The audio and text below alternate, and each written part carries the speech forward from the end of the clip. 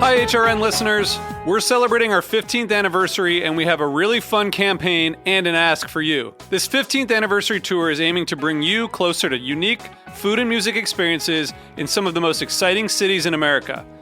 All the while, we're raising funds to support our work empowering the next generation of food systems storytellers through our fellowship programs. Here's how it works. Donate to HRN and be entered into a raffle in the city of your choice to win a dinner for two at a noteworthy restaurant and tickets for two to a concert at a prominent local venue. We have incredible partners in New York, Los Angeles, Philadelphia, Nashville, Las Vegas, Charleston, Asheville, and Ardmore, Pennsylvania, who have donated a meal for two and two tickets to a concert of the winner's choice. And all donations help fund our fellowship programs, where we're helping to build essential workforce readiness skills and food system storytelling skills. Check out heritageradionetwork.org/15 to donate and enter to win today. That's heritageradionetwork.org/15. Thank you. My Family Recipe is a new podcast from Food 52 and Heritage Radio Network, bringing you cherished heirloom recipes and the stories behind them. Listen and follow wherever you get your podcasts.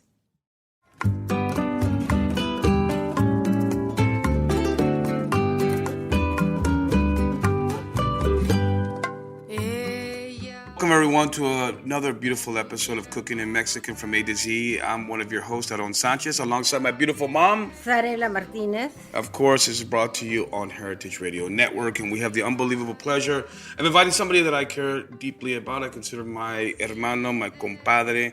He is someone that's brilliant. He is probably one of the smartest chefs I know, but also he has made California his home for many, many years. And the topic that we're going to be touching upon is going to be CalMex, the influence of that California in the Mexican influence in California cuisine and what has become of that. But let me give a little bit of love about my boy, Neil. Of course, he's a chef and owner at Redbird in LA. He's a native Los Angeles. How do you say it, Neil? Angelino, thank you. He's worked for very notable chefs, Wolfgang Puck, of course, Thomas Keller, David Burke. We can go down the line. He's had many restaurants, but one of my favorites where I first met Neil was at Grace. And I remember you made this beautiful scallop dish with this little corn hash that was just so dynamite. And I never forgot it after all those different years. And then, you've been on Top Chef Masters and all that good stuff. And now you're pioneering this beautiful space where you were so generous to open up for Aaron Sanchez Scholarship event, which I'm eternally grateful for. So I just want to welcome everyone, Chef Neil Frazier. So welcome, Papa. Thank you for having me. Of course. It's an honor to be with you guys. Thank you.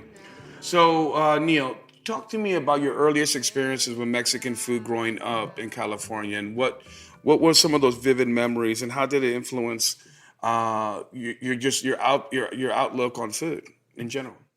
Yeah, I think growing up in LA, my parents honeymooned in Rosarito, Mexico, which obviously is not, the food belt of Mexico, but that was my kind of first experiences, was going to the Rosarito Beach Hotel where they were married or had their honeymoon. Eating the food of that city, which is a coastal city, a lot of seafood. But I think that I really started to understand Mexican food when I really started to understand more of the ingredients and how to kind of tie those ingredients into what I wanted to cook, because, I'm not a Mexican chef. I'm not, I do have a partners in a Mexican restaurant very recently, but I really love the story of all the ingredients that either were originated in Mexico or were cultivated in Mexico and kind of brought to, worldwide global dominance, like, corn, tomatoes, and chocolate.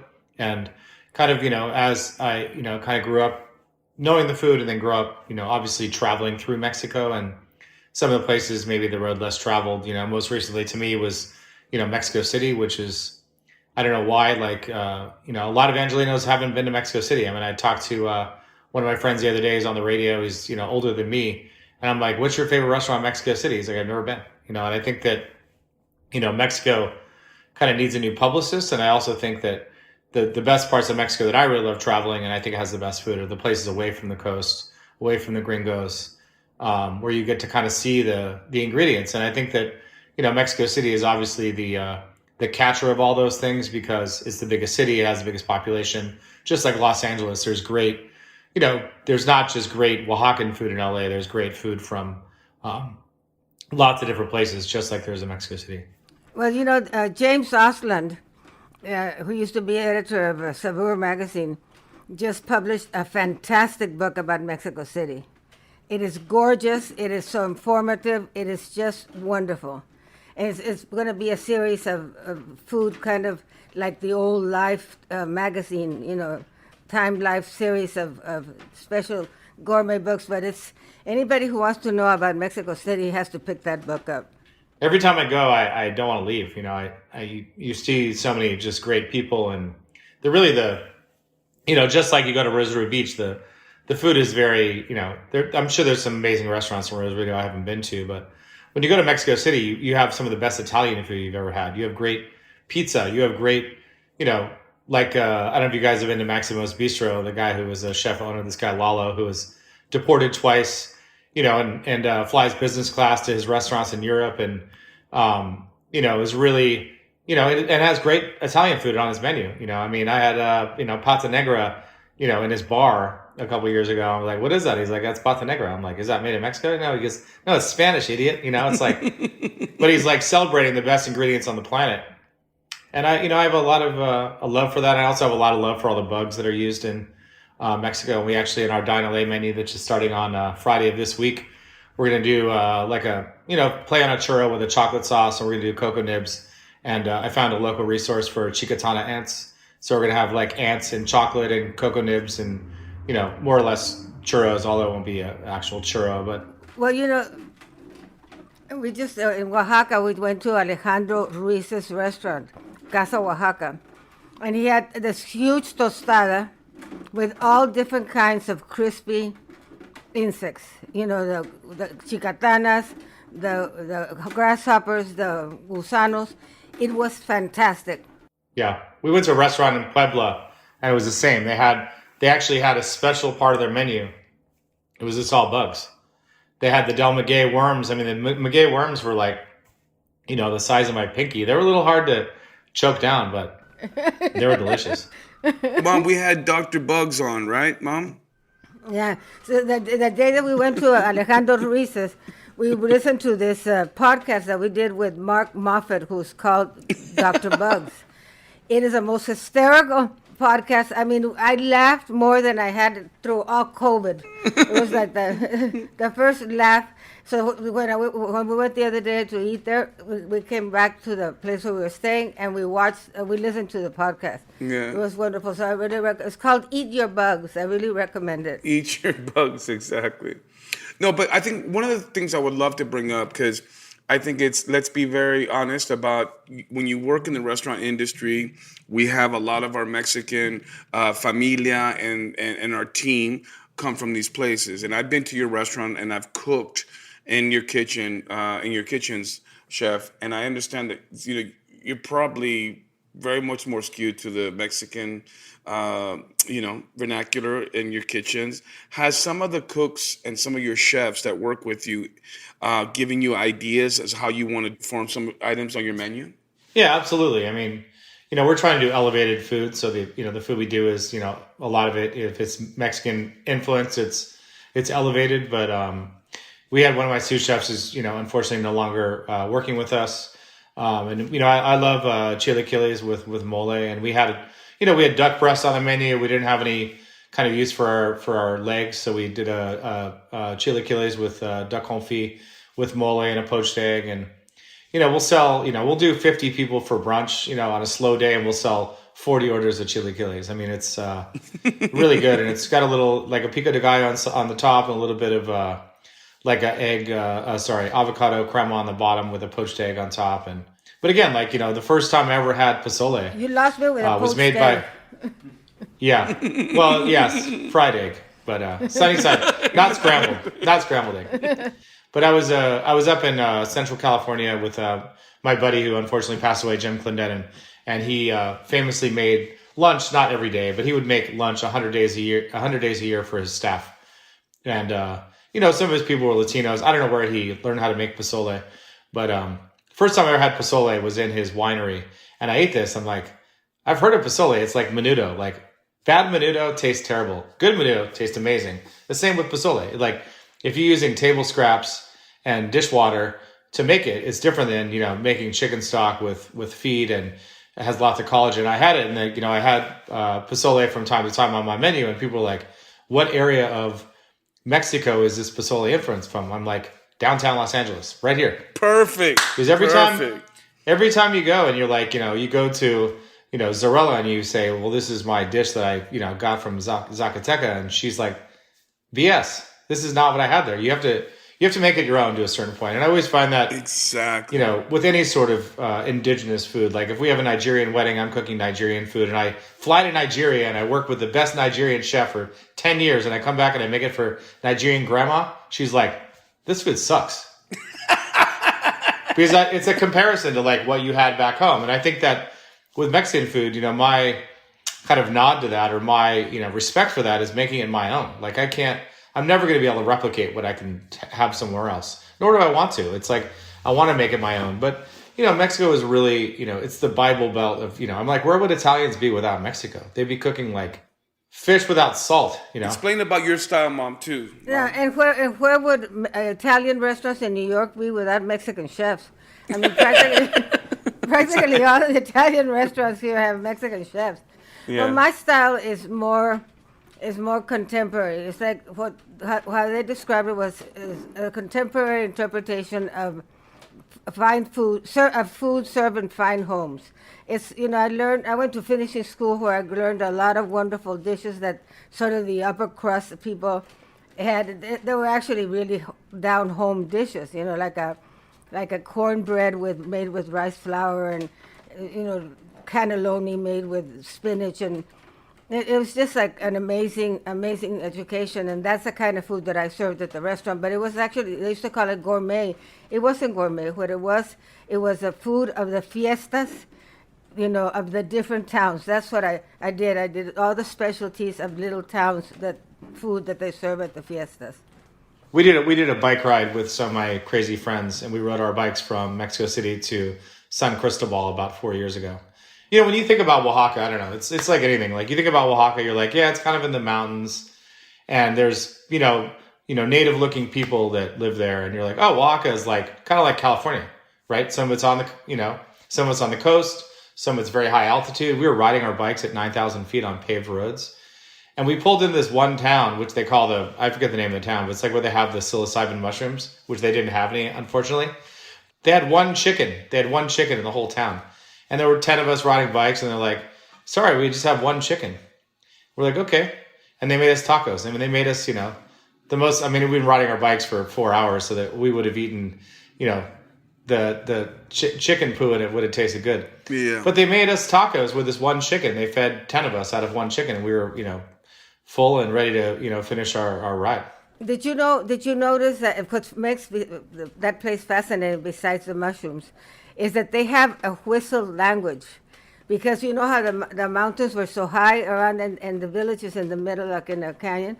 Well, they whistled across the mountain things, and in those, on the bottom of those mountains are this deep water underwater caves that go down to like 1,000 meters, and spelunkers come from all over the world to go into. It's a fascinating place. Yeah.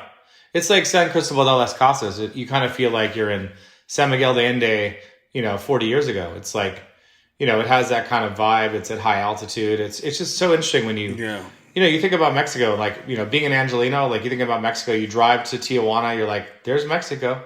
It's all like Tijuana. Yeah. And then you go to, we went to Valle de Guadalupe a couple weeks ago. Yeah, exactly. And I was just blown away. I mean, the wines were okay, good, decent, but the food and the culture and the people doing stuff down there, I mean, Javier Plasencia is just killing it. And, I mean, the food is just really world class. And Benito does a great job. And there's another chef that we should mention named Antonio de Livier, who has a beautiful little restaurant called El Humador. And it's right in Rosarito, and he's cooking everything open flame. Fantastic chefs. Happy that we're giving some love to Baja, because you're right. because we are talking about CalMex, right? So Baja California. So all this is relative, and I think pertinent to what we're talking about.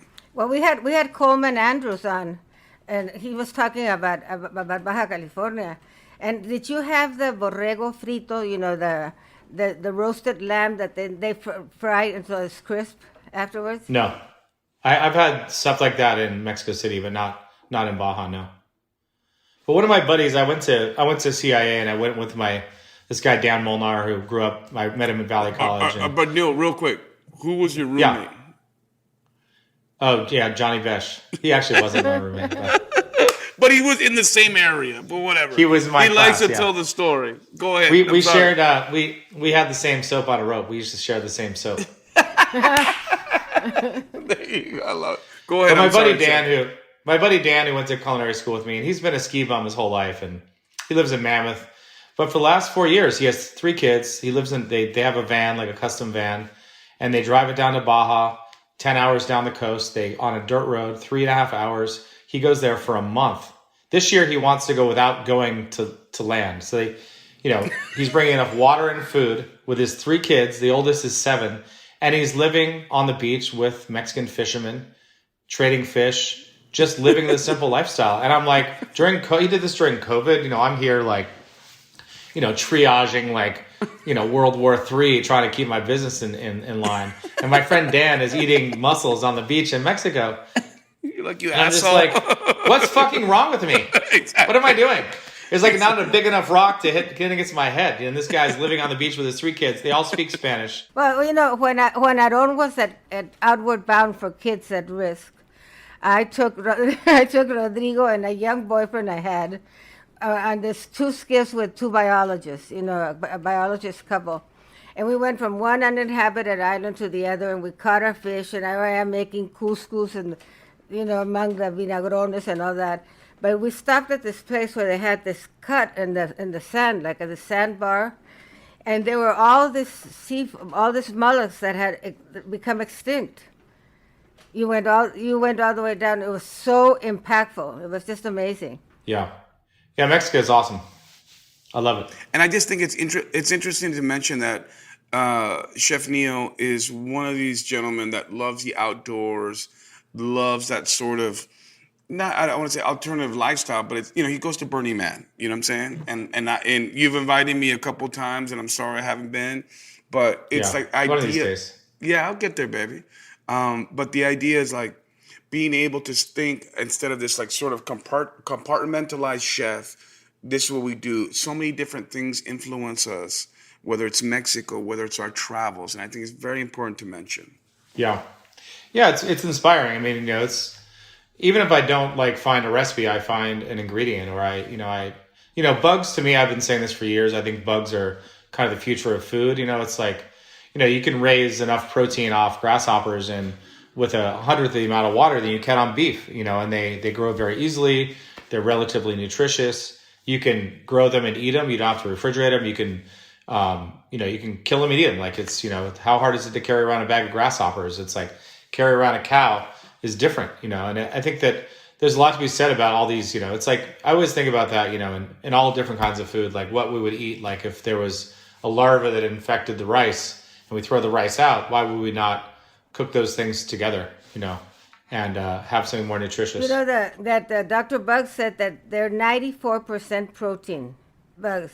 So, and then Aaron gave the sad news to a lot of vegans that a lot of the flowers that they buy has 40% insect parts. Yes, it does. It does. There's a lot of protein that comes from the vegan stuff from bugs, but it's okay. I mean, that's a gray area. You know what I'm saying? If you will. Well, now they're rationed now. The maguey worms are rationed now in Oaxaca. Yeah.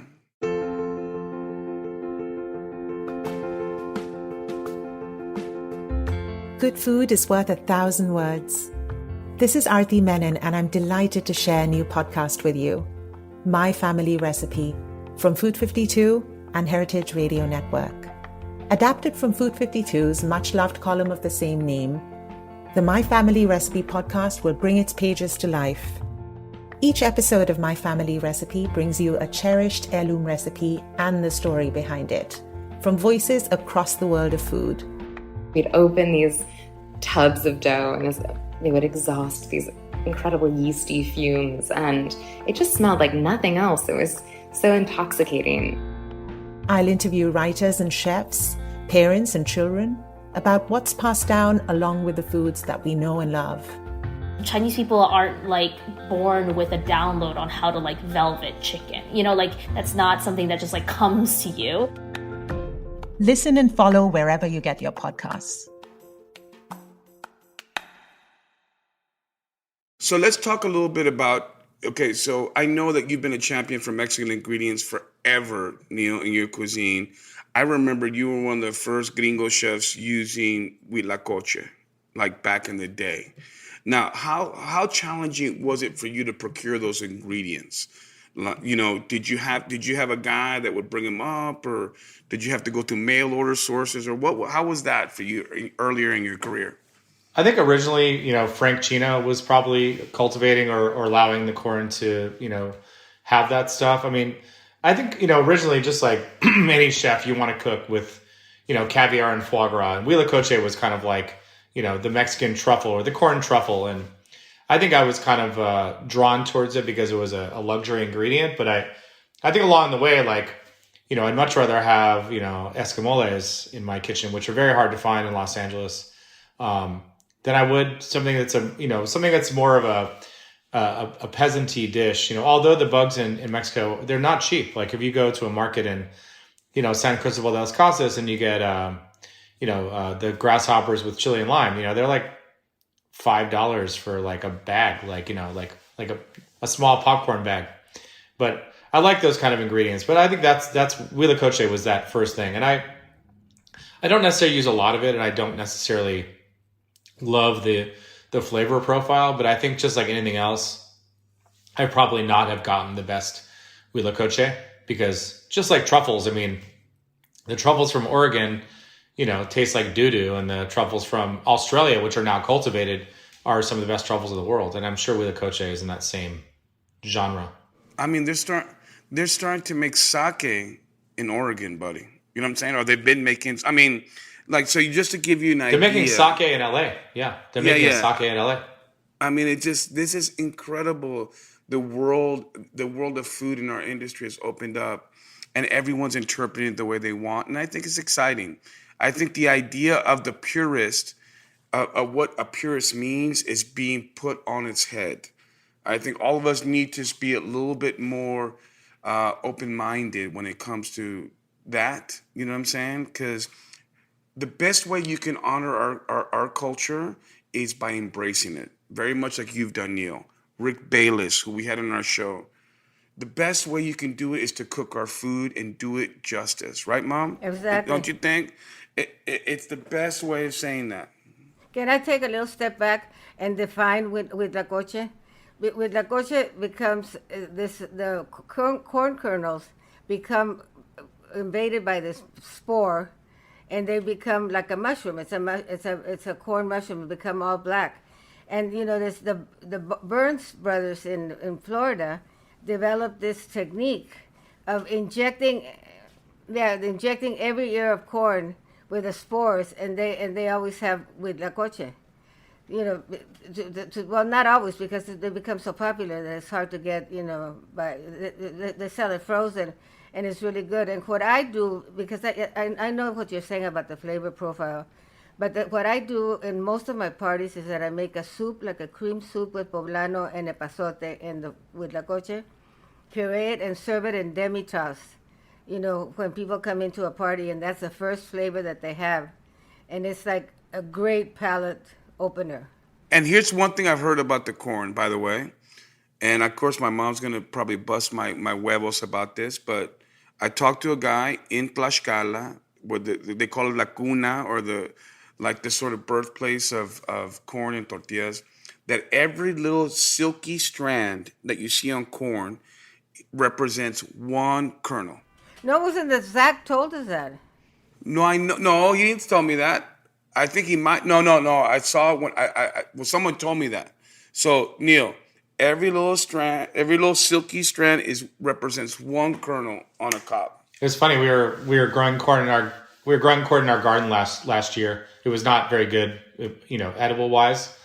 But my chef cuisine, Jason, he goes, you know what corn is? I'm like, no, what is it? He goes, it's rice. It's basically they genetically modified or whatever, cross-pollinated rice. And I pulled the things open. You can actually see the silk coming out of the top of the corn, and then you look at it, you're like, you could actually see it because of the way our corn was growing, and also it was too dry, but it looked, you could see each one was going to one kernel. And it was fascinating, Well, Oaxaca has become huge. Yesterday was El Día del Maíz, and our friends are working with teocintle, which is the original, plant that they used to develop corn in, pre-Hispanic people. And it's hard as a rock. They're like little rocks practically. And they're working with it, and they had their first harvest of this. And in fact, this wonderful documentary that they put together about, because they started like all this corn warehouses, I guess. Every little village has its own corn, and seed banks. And in case somebody goes away to live in the United States for a while, they leave their seeds in the bank, and then they come back and they can have the same corn that they had before, because everybody's very proud. That's cool. It's really, really cool. So this documentary of theirs is gonna be in a festival in LA. So, that's cool. Yeah. And Do you know the name of it, Mom? So Neil and all of us can. Yeah, I'll look it up right now. Yeah, it's like almost like when you think about Anson Mills, which is a company in South Carolina, and they've been kind of growing these heritage things. And I always thought like Carolina Gold rice was from Carolinas, but it's all came from Africa. It's like it's like all the corn there's no native corn that was growing in the United States. I mean, obviously these things were brought to thousands of miles, thousands of years ago. It's the same with chocolate. I was looking that up. Where chocolate was originally from. I always thought it was from Mexico. It's actually not. It's from South America, and they still have wild chocolate that grows in the rainforest. But it was originally brought to Mexico, and then it was cultivated, and then obviously, they I forget the name of the drink, but it was like before they beheaded all of their enemies, they would drink the chocolate. The Aztecs would drink the chocolate alcohol thing, and then behead everybody. The name of the documentary is Los Guardianes del Maíz, the keepers of the corn. Nice. Keepers, guardians, of the corn. But I think it's interesting to mention though that right now we're living in where information is so available as far as the artisanal ingredients, right, that make things so special. And I think everyone needs to be informed. You're listening to this podcast. We're going to put tons of links up for people to go and seek out these ingredients and seek out Chef Neil and engage him. Make sure that you have questions, do it, or myself or my mom. We're here for you guys as that resource.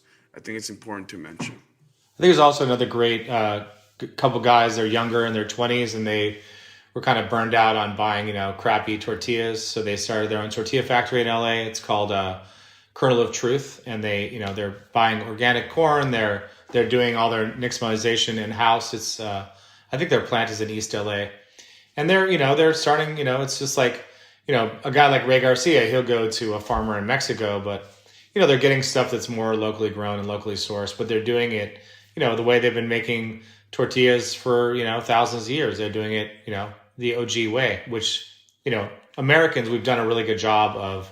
I mean, I guess in Mexico too, but we've done a really good job of taking something that's really great and making it terrible by mass producing it by, it's like Bibo as an example in Mexico or whatever, I'm sure Bimbo started as a great bakery at one point. Right? Yeah, but now it's like it's like Wonder Bread. It's like, but I'm just saying, like, but the original, I'm sure the original white bread that they polished the wheat so it was white, so it was beautiful and amazing. Yeah, that's I'm saying it's nice to see like tortillas, which you can buy probably any supermarket almost on the planet.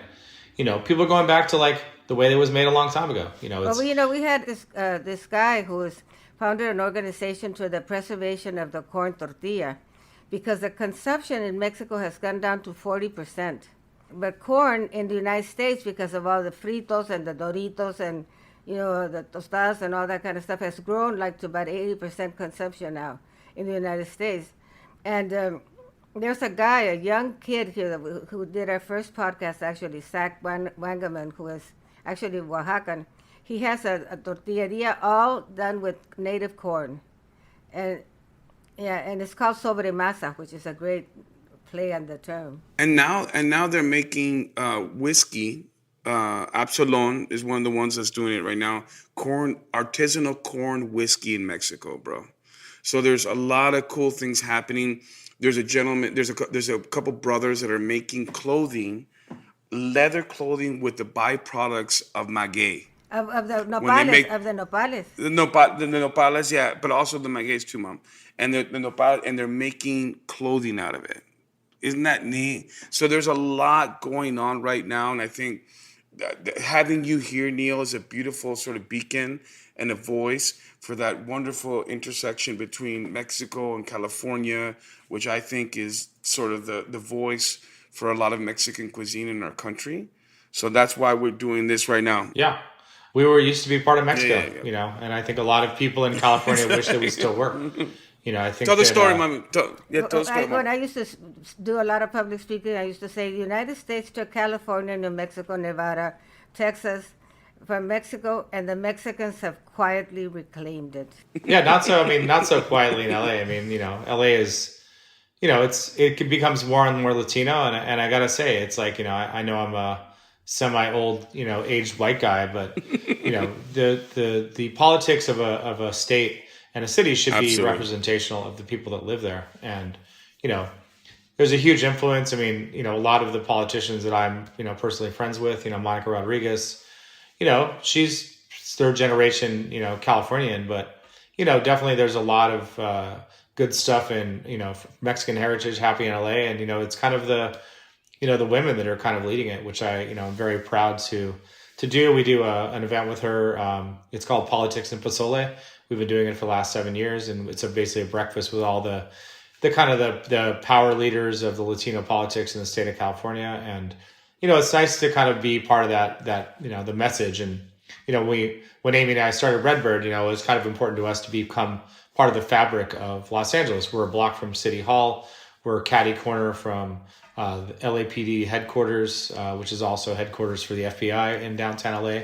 And those people come to our restaurant, and I like, that we can be more than just a restaurant. We can be obviously a place where people celebrate and people have weddings and people have birthday parties, but, also to go to the bar and it's like, the head of, PR for LAPD is sitting at the bar and I can, chat with them about what's going on in Los Angeles. At times you need somebody that's not necessarily from our culture to speak up. Absolutely. And I think this is what grabs people's attention, And I think it's so special what your mission. Yeah. I hope we're in a good place right now, representing all of our Mexican or Latino family out there. And I think you have done so much to bring some light to that. Well, I remember we had Jeffrey Pilcher, who is the guy who wrote Que Viva los Tamales, and he wrote Planet Taco. He's a great food historian dedicated to Mexican food.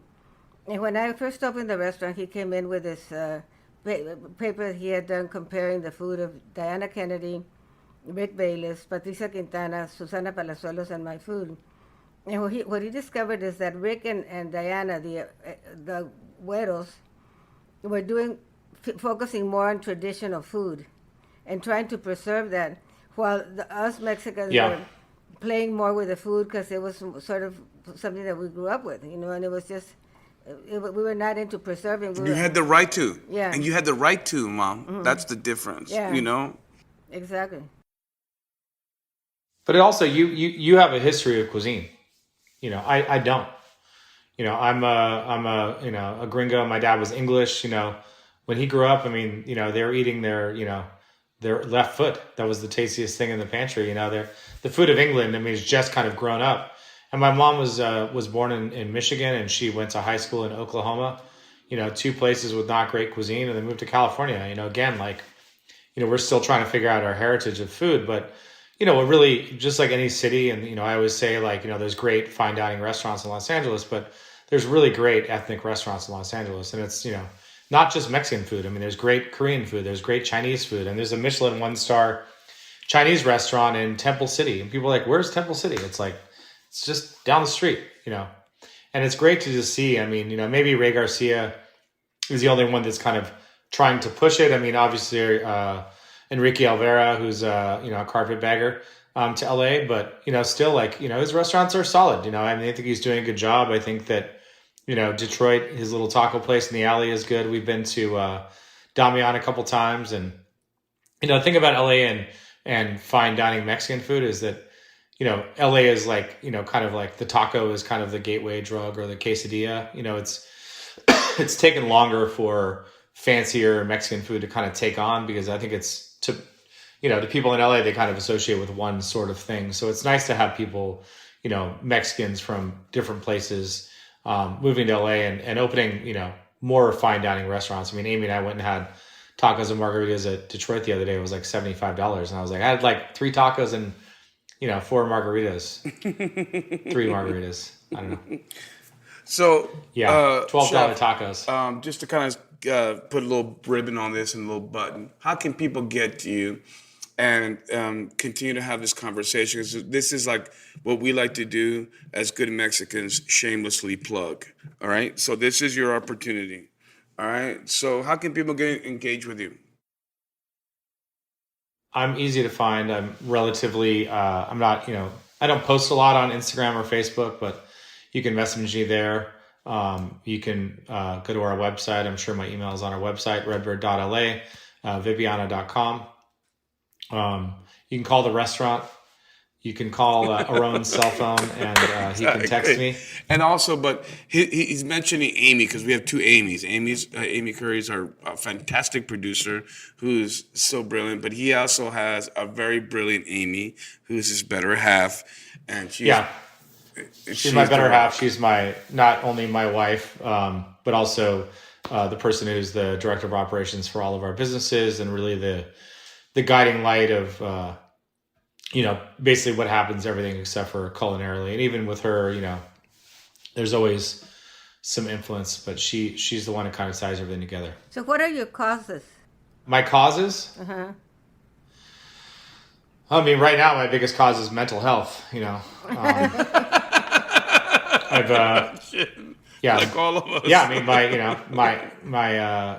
my I don't know. I don't want to go into it on the radio, but it's been It's been hard. Livelihood. But I think that my causes are going to be for the next couple of years, dealing with mental health and really trying to get people to open their mouths about what's going on inside of them. And we're always kind of trying to be stewards to Los Angeles. I sit on the board for LA's Best, which is an after school program, which does after school programs for 25,000 kids in the city of LA, all schools that are in bad neighborhoods with bad funds. I've been on the board for LA's Best for about 7 years.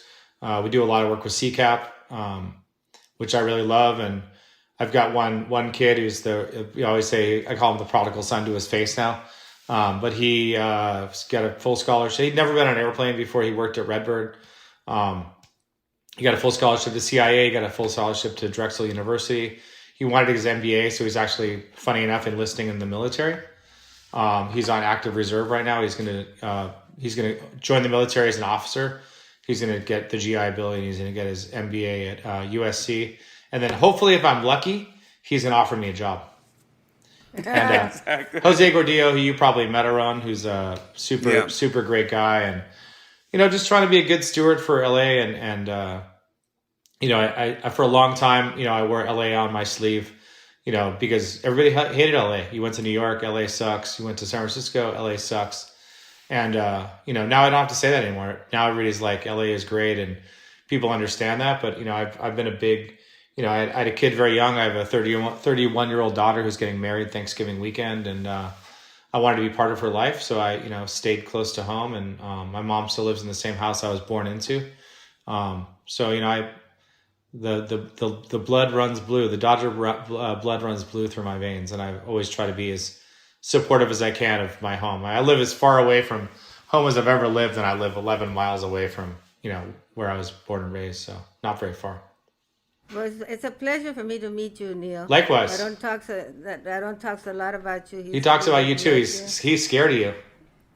I'm scary. He used to always say to me, Mom, you're like so acerbic, and I said, "That's okay. I don't care. People that are afraid of you, that's fine. Don't worry." And about then it. when we would go to dinner when we were young, and something went wrong, she goes, "By the way, I have a restaurant," and she would say that, and we would go running to the bathroom because we were like so embarrassed because she would like let him know what time it was. You know what I mean? But I particularly hated overpouring. sack of wine. I know, Mom. But I hope, Mom, that you understand the magic of this man. I've been to his home. I know his family well. He's one of the smartest, talented people I know. And I really consider him somebody I care about. Thank you. You know, he's brilliant. Likewise. He's just a beautiful human. Thank you. And thanks for spending this time with us. Thank you. Thanks for having me. It's my honor and pleasure. And if you want to have me back, I'd love to come back whenever that makes sense. Awesome. Great. Thank you So much. We'll do a Burning Man episode. Yeah, talk about the foods at Burning Man. What do people do when they are inebriated on many different psycholectics? They eat a lot of dust. That would be a brilliant topic. Let's get on that. Yeah. All right. Sounds good. Everyone, just to recap, we've been talking a little bit about CalMex, the influence, and we've had a wonderful guest here, of course, my compadre, mi hermano, Neil Frazier, chef at Redbird in Los Angeles, a fantastic restaurant. And of course, this episode on cooking from A to Z with my beautiful mom, Sarela Martinez, myself, Aaron Sanchez, is on Heritage Radio Network. Please continue to find more information about it and engage us. There's a lot of information out there. Please reach out to our wonderful guest and my mom. So, Mami. Hasta luego. Hasta luego. Hasta luego. Muchas gracias. Thank you.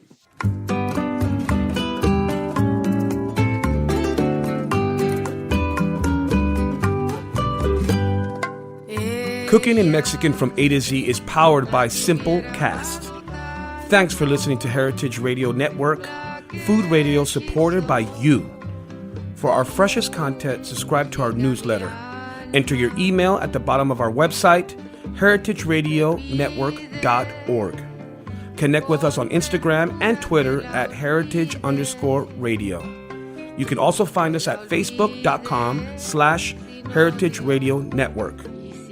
Heritage Radio Network is a nonprofit organization driving conversations to make the world a better, fairer, and more delicious place. And we couldn't do it without your support from listeners like you. Want to be part of the food world's most innovative community? Subscribe to the shows you like. Tell your friends, and please join the HRN family by becoming a member. Just click on the heart at the top right of our homepage. Thanks for listening. Al cavar una más en mis entrañas.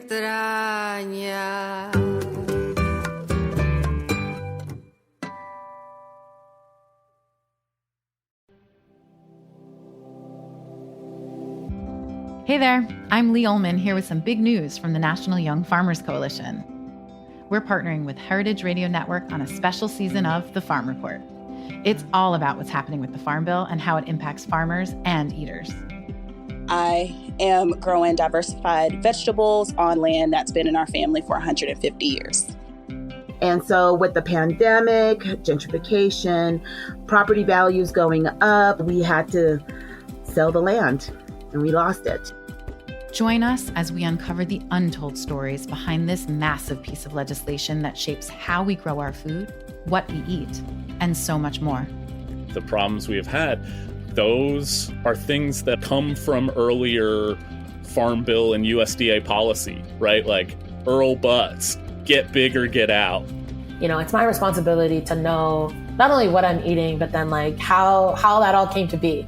And realize like, wow, like this piece of legislation, all this money, like it's technically something that I support as a taxpayer. While Congress debates the next farm bill, this is not just an invitation to listen. It's a call to action. Be part of the conversation. Subscribe to the Farm Report on Heritage Radio Network, wherever you listen to podcasts.